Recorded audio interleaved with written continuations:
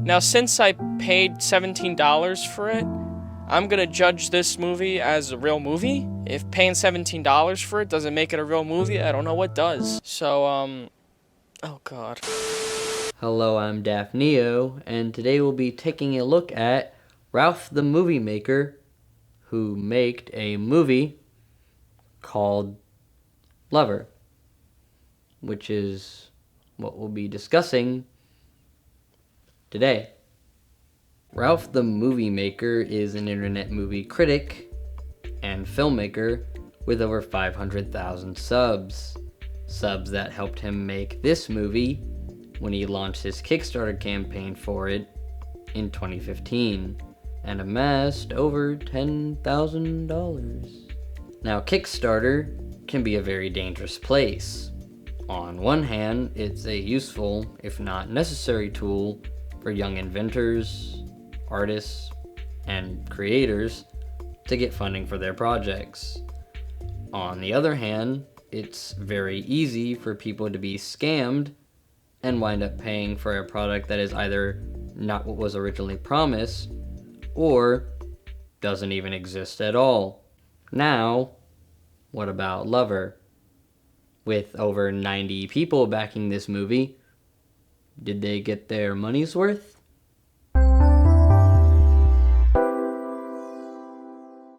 While Lover may be Ralph's biggest project to date, it is not his first film. Prior to Lover, Ralph made a film called King Candy, which I reviewed here. And despite its many flaws, the film was well received by his audience.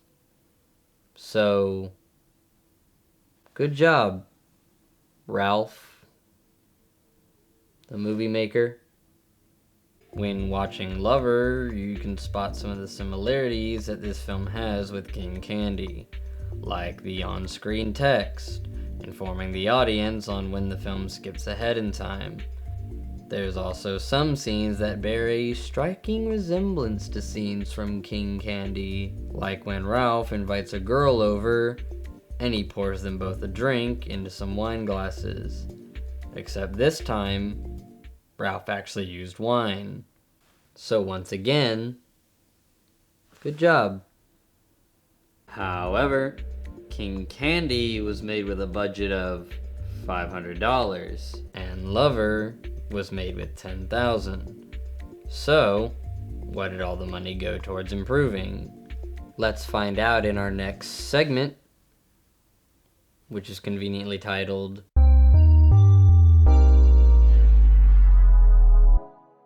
In my King Candy review, which is linked in the description, I mentioned that the cinematography was really not that good. I even went as far to recreate certain scenes using better lighting techniques to show how the cinematography could have been improved. Now you may be wondering why I'm not doing the same thing for this review, and the answer is because the cinematography for Lover is actually okay. The shots are visually interesting, and some of them I would even describe as being kinda pretty. The audio has also improved a lot, with the exception of only 1 or 2 lines of bad ADR, because unlike with King Candy, I can actually understand everything that the characters are saying. The Foley and the sound effects are also pretty impressive, since Foley is something that a lot of beginner filmmakers often forget, and the music and weird sound cues are actually pretty impressive, and they help solidify a certain feeling of uneasiness.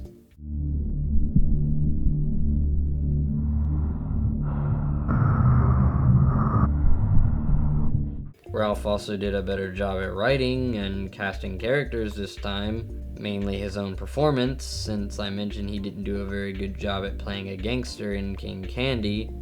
But this time around he's just playing a weirdo, which is a role that I think better suits Ralph's appearance and personality. And with that out of the way, while the camera work is better in this film, I believe this is the result of Ralph having a more expensive camera rather than being a more experienced cinematographer, because there's still a lot of really grainy shots, which was the case with King Candy, and even though the film is in black and white, the trailer for the film is available in color, and the color grading for it is really bad, just like the color grading for King Candy. There's an unnecessary green tint to everything in this shot, and a lot of other shots look just as bad when seen in color.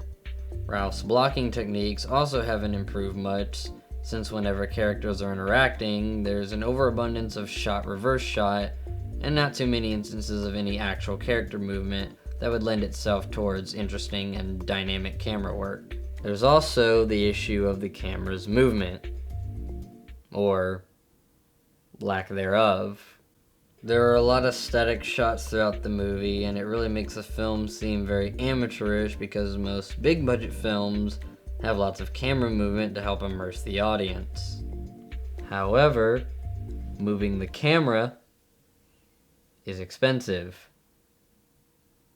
if you want to do it right. So typically, to make up for not being able to move the camera, you would want to put something very visually appealing in front of the lens. An example of how to do this would be with Kevin Smith's low-budget comedy Clerks, which, due to the fact that it was shot in a convenience store, getting smooth cinematic camera movement would be very difficult. So to get around this, Kevin Smith wrote very interesting dialogue and used really long takes of the actors going back and forth, so that way there would be a reason for the camera to remain stationary for extended periods of time. However, in Lover, there's actually very little dialogue, and a lot of the shots are of random things, like cats, flowers, the inside of some tube, and even shots that actually are relevant to the plot still seem off in some areas. Like, I don't know why he bothered to leave this clip of him correcting his typo in there, and I don't know why he left so much headspace in this shot. As I mentioned, the sound design is overall pretty good, but there are a few lines of bad ADR here. Not liquor, but it's the best I've got. And here. Do you have a bathroom?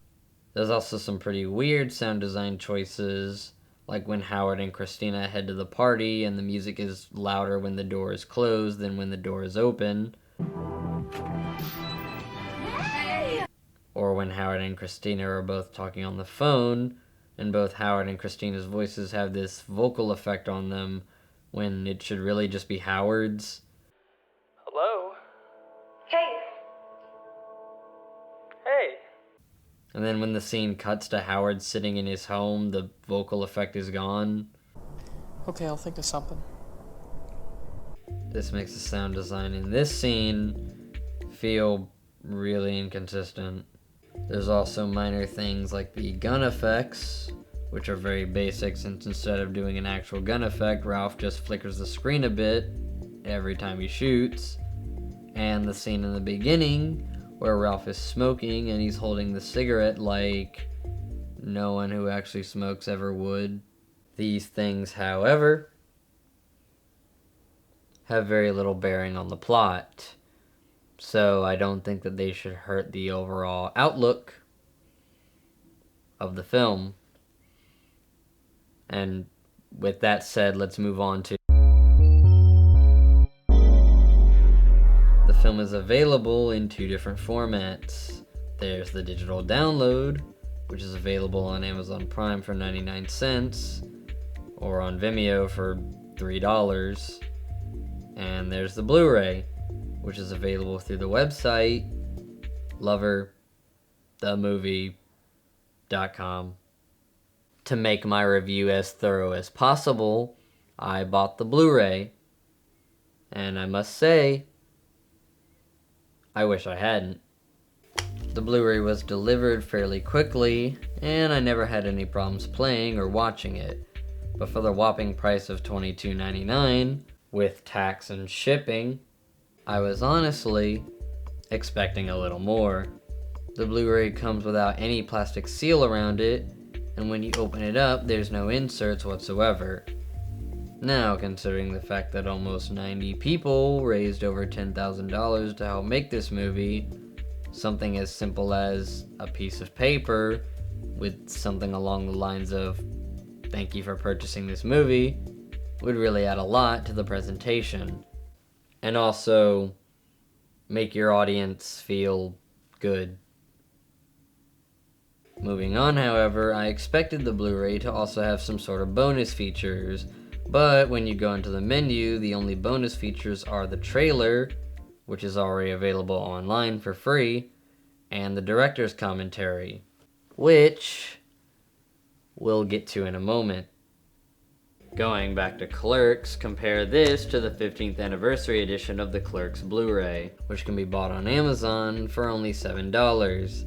And it comes with a variety of bonus features like a behind-the-scenes look at the restoration of the film, an animated short, a live-action short, a documentary detailing the impact that the film had upon release, outtakes of said documentary, and the original audition tapes from the actors that starred in the movie.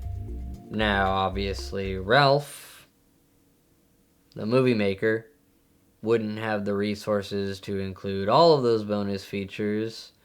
However, some bonus features that he could have included might be blooper reels, since he did it with King Candy, behind the scenes videos, since Ralph is a movie maker, and I'm willing to bet that a lot of people in his audience are also movie makers, and behind the scenes content would be really useful for them. Overall, I'd say that the film is sort of a mixed bag.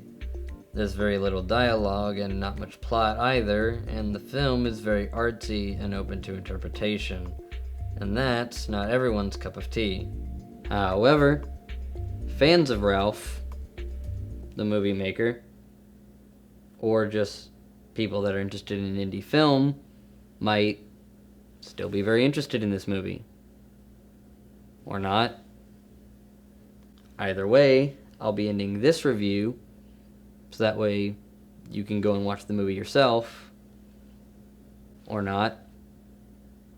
Either way, thank you for watching, and have a good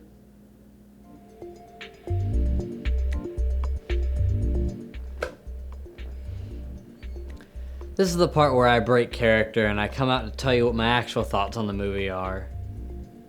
Well, the film is a lot better than King Candy, and you can tell that Ralph has made at least some significant improvements as a filmmaker. However, this film isn't for everybody. The black and white aesthetic doesn't really seem to add anything to the movie, and in fact, it really only serves to hinder the quality since the camera that it was shot on, the Blackmagic production camera, has some pretty good color science behind it, and it's a shame that none of it is being used here. There really isn't any point in using a nice expensive camera if you're just going to make everything black and white anyway. The production of this film is certainly a lot better than King Candy, and I'll give props to Ralph for improving his shot composition, sound design, and editing, but all of that is simply just dressing for a story that, in all actuality, is not that great.